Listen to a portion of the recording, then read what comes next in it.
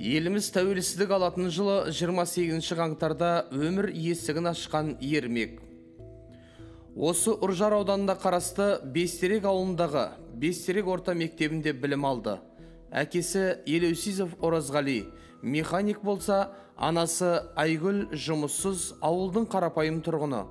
Осындай отбасында тәрбиеленген ермек мұғалім болуды армандап, Семей қаласына жол тартты. Семей қаласындағы Мұхтар Әуезов атындағы педагогикалық колледжін тәмамдағаннан кейін 2012 жылы көп ойланбастан Астана қаласына жол тартты. Астана қаласында 2 жыл мұғалімдік қызмет атқарды.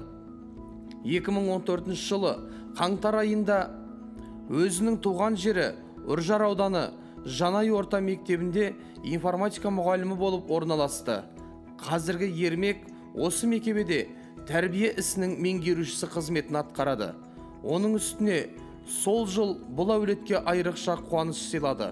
Тамыз айында қара шаңыраққа келін түсірген ермектің жары Ақнұр Елеусизова да жоғарғы білімді маман. Қазіргі таңда Бестерек орта мектебінде қызмет атқаруда. Ермектің тағы бір қыры футбол ойнағанды жақсы көреді. Мұғалім жолға түспегенде кім білген, кәсіби спортшы болар еді. Бәрі тәуелсіздіктің арқасы. Егемен елде бізде емін еркін өмір сүріп, арман асуларымызға қол жеткізіп келеміз. Осыдан артық қандай бақыт керек. 2021 жыл ермек үшін ерекше жыл болды. Бағын сынап, облыстық мәслихат депутаттығына үміткер болды. Ал енді сұрақ жауап айдарына көшсек. Бүгінгі жастардың өмірге деген көз қарасы, ел мен жерге деген сезімі, ынта ықыласы жайлы не айтар едіңіз деген сұрағымызға. Жалпы елбасы жастарға деген сенім артып отыр.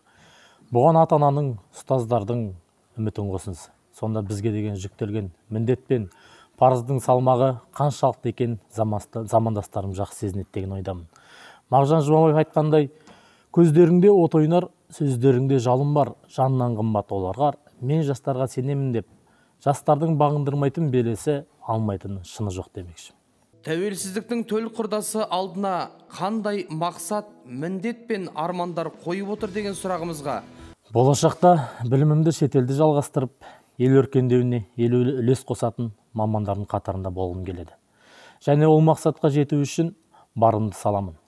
Жалпы біздің халқымыз қасиетті ата мекенін ерекше ардақтайды ғой. Бұл таным біздің жанымызға атаның қанымен тараған, ана сүтімен дарыған. Айтайын дегенім, туған өңірімде көркем ғимараттардың құрылысын салуды армандаймын. Еліміздің өсіп өркендеуіне титтей болса да үлесімді қосқым келеді. Тәуелсіздікті тұғырлы ету үшін не істеуіміз керек деп ойлайсың? Тәуелсіздік біздің ең басты игілігіміз, баға жетпес құндылығымыз. Жас мемлекет тарихындағы жаңа дәуір дәл осы тәуелсіздіктен бастау алады. Әулетіміздің асуы да, дәулетіміздің тасуы да өз қолымызда. Өйткені елбасы бастаған ел ағалары тәуелсіздіктің алғы шарттарын жасап, мемлекетті толық құрды. Болашақта жастар ағалар салған даңқы жолмен жалғай алады. Тәуелсіздігімізде тұғыры бола бермек. Қорыта айтатын болсам, жастықтың оты жалындап, жас жүректен жанған шақ. Талаптың оты арындап, әр қиырға салған шақ деп суреттегім келеді.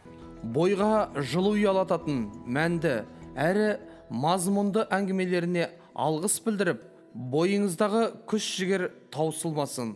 Барлық бастамаларыңа сәттілік тілейміз.